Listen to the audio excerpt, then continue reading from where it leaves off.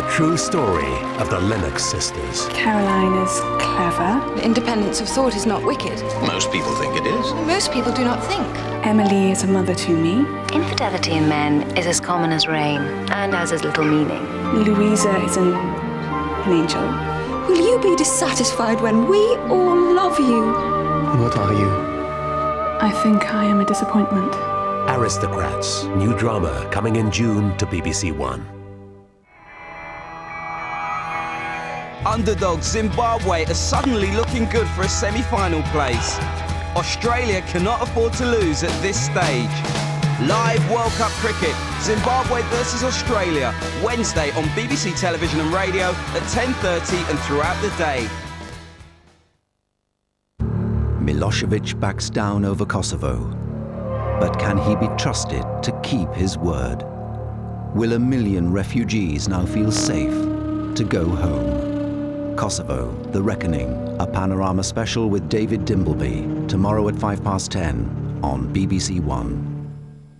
Returning to South Africa to catch up with the stories of black and white teenagers last filmed 7 years ago. 14 Up is in 15 minutes here on BBC One. First on BBC One, the BBC News with Peter Sissons. Serb generals are tonight resisting NATO's terms for pulling out of Kosovo.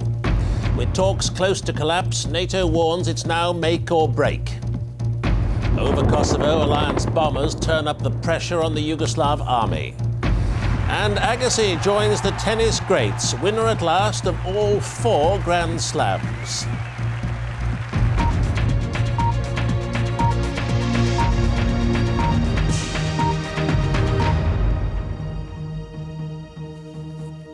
Good evening. 3 days ago, Slobodan Milosevic agreed to it, but didn't sign it.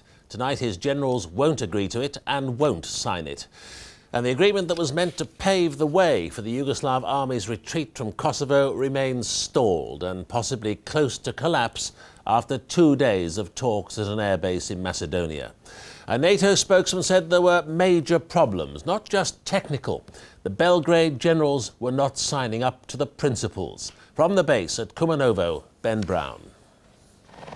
3 Serb generals and their advisors came into the lion's den for today's talks, a NATO airbase bristling with sophisticated weaponry. At first, hopes were high the agreement would be signed, but then it became clear that the Yugoslav general Svetoslav Marjanovic and his fellow delegates were in no mood to do what NATO wanted and withdraw their forces from Kosovo within 7 days. The British general, Sir Mike Jackson, looked cheerful enough, but as the day wore on, he began to lose patience with the Serbs. Tempers rose in the tented hangar where the talks are taking place. Tempers became frayed and fans had to be brought in to cool the increasingly heated atmosphere. As the light faded, so did the prospects for peace. NATO had assumed the Serbs would rubber stamp this document on their withdrawal. In fact, they've objected to almost everything in it, stubbornly stonewalling, according to NATO sources. Tonight, the Serbs were given a break from the talks so they could consult with their leaders in Belgrade. It's giving them time to go back to their command structure. As you know, as I've already said, about a week ago, there was an agreement by the Parliament to accept the principles, and at the moment they are not signing to those principles. NATO sources say they are prepared to give this meeting a few more hours, but they're unwilling to let it slip into a 3rd day tomorrow. They're pessimistic.